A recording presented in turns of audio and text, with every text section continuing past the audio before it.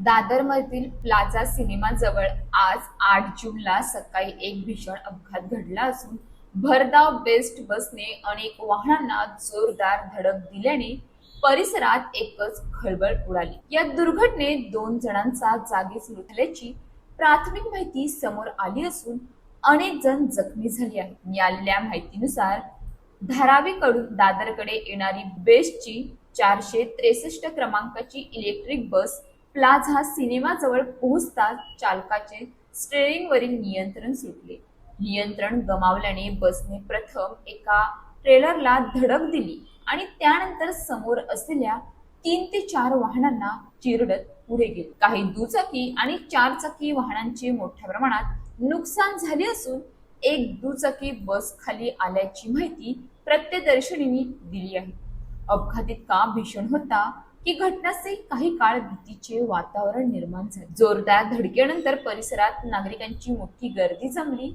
जखमींना तातडीने सायन रुग्णालयात दाखल करण्यात आले असून बेस्ट मधील किमान 4 प्रवासी जखमी झाल्याचे समोर आले आहे। मात्र जखमींची संख्या आणखी वाढण्याची शक्यता व्यक्त केली जात आहे। सकाळी 9:30च्या सुमारास घडलेल्या या अपघातामुळे दादरच्या प्लाझा सिनेमा परिसरात मोठी वाहतूक कोंडी झाली। हा भाग मुंबईतील अत्यंत वर्दळीचा परिसर मानला जातो। व्यापारी, भाजी विक्रेते, नोकरदार आणि प्रवाशांची सतत वर्दळ असलेल्या या ठिकाणी झालेल्या अपघातामुळे काही काळ वाहतूक व्यवस्था पूर्णपणे विस्कळीत झाली। घटनास्थळी पोलीस आणि वाहतूक विभागाचे अधिकारी तातडीने दाखल झाले असून मृतांची ओळख पटवण्याचे काम सुरू आहे। अपघाताचे नेमके कारण, चालकाची प्रकृती, बसची तांत्रिक स्थिती आणि इलेक्ट्रिक बसमधील नियंत्रणांची तपासणी केली जात आहे। दरम्यान मुंबईत यापूर्वी बेस्ट बसच्या अपघातांच्या घटना घडल्या असून या नव्या दुर्घटनेनंतर